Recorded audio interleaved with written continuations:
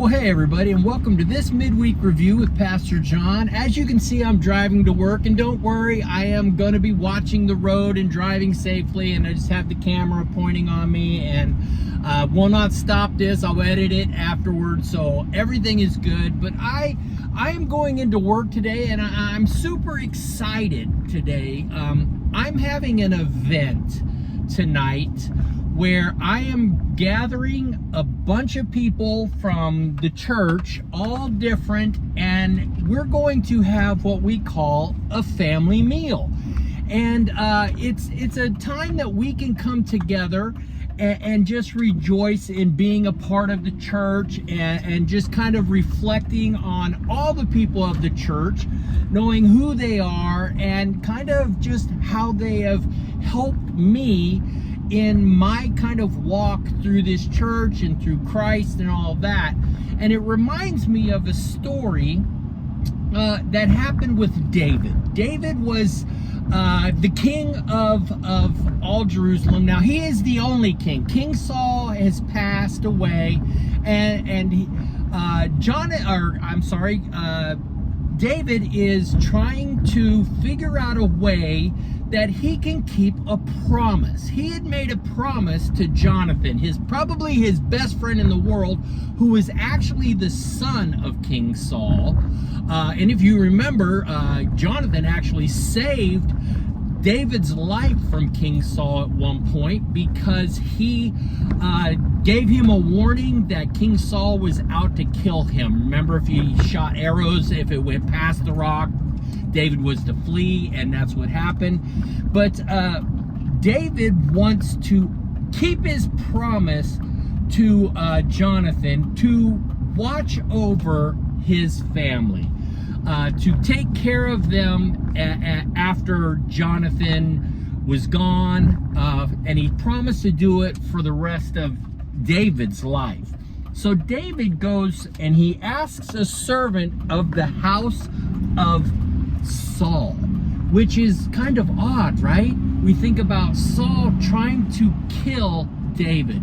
But if we remember, we talked about how David had so much love for God that he respected, no matter what Saul was doing, because he was the king that God put in place at the time. Now, if we remember this, Saul was not the best of kings. And God knew that was going to happen because Saul was elected king, given the kingship, because the people were demanding it. They were screaming out to God that they needed to be like all the other nations that were around them, and they wanted to have a king. So God allowed him to have a king, but it was not the king that God wanted. It wasn't on his timing. He knew who that king was going to be, and it was going to be David. And we know all the anointing that happened afterwards, but King Saul starts out, he's not a bad king. He's actually not a bad king. But as power and money and fame kind of gets to him, he becomes more of a tyrant. And all those things that I said, the power, the money, the fame, he kept wanting more and more. So he stopped thinking about the people, and he started thinking more along himself. And so his actions spoke to that. I mean, we even remember when Jonathan saves David, Saul's throwing spears at both David and Jonathan because of jealousy. He gets so jealous of David and his notoriety. But David is looking to honor Jonathan to keep his promise, but he's also doing this to honor Saul. So he goes to Ziba and he goes, hey, is there anybody left in the house of Jonathan or Saul that I can honor? And Ziba says, well, there's one guy, and his name is Mephibosheth. If that's a name you want to name your children, that's a pretty good one, Mephibosheth. So he says, yes, we'll go get him. Bring him to me, and I want to give him something special. Well, when Mephibosheth comes into the door, we notice in the Bible that it says Mephibosheth is lame. He comes in on crutches. And when we think back to those times, Mephibosheth would be a guy that would very rarely, if ever, be a guy that somebody would honor. He's a guy who cannot work for a living. He's lame.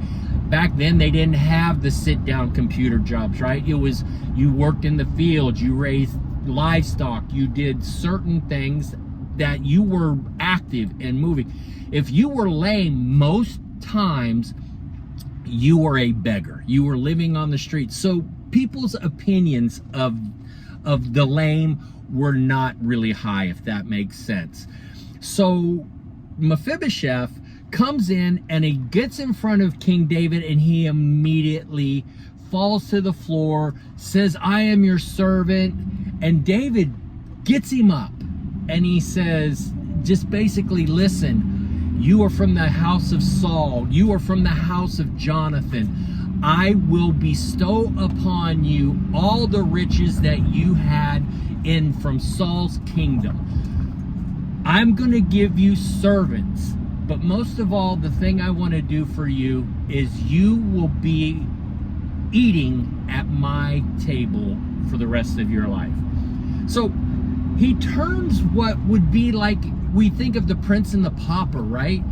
You have this Mephibosheth who is basically a pauper. He can't work. He can't do this, and he's looked down upon, and so he is given riches beyond his, he's given servants beyond his just imagination. I can't imagine if he even thought he could ever have anything like this. So but I think the big thing, that's one thing, right? The riches and stuff, and getting all this stuff back that maybe he had lost. But it's the bringing Mephibosheth to the table. This is why we call it the family. We're calling our event tonight the family table. Because listen, when you are part of the family, what David has done here is made a pauper into a prince, right? To eat at David's table, you are one of his family. The only people that are allowed to eat at David's table are his family. The princes, the princesses of the kingdom, right? The queen of the kingdom are the only people.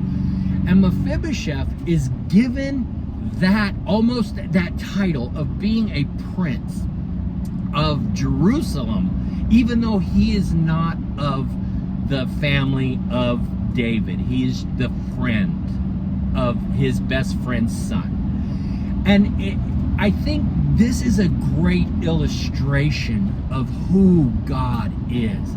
God says we are all welcome at the table. We are all allowed to sit at the table. If we remember the Last Supper, Jesus went to the Last Supper.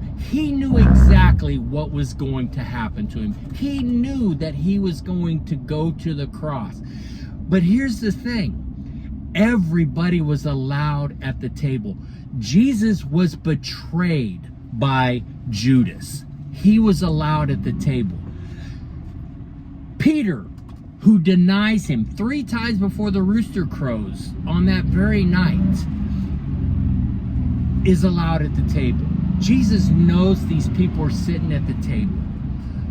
Jesus is saying, listen, I know you mess up. I know there are people here sitting at my table that do not deserve to be here, but they are still welcome, because there is a chance that they will come to be a true part of the family.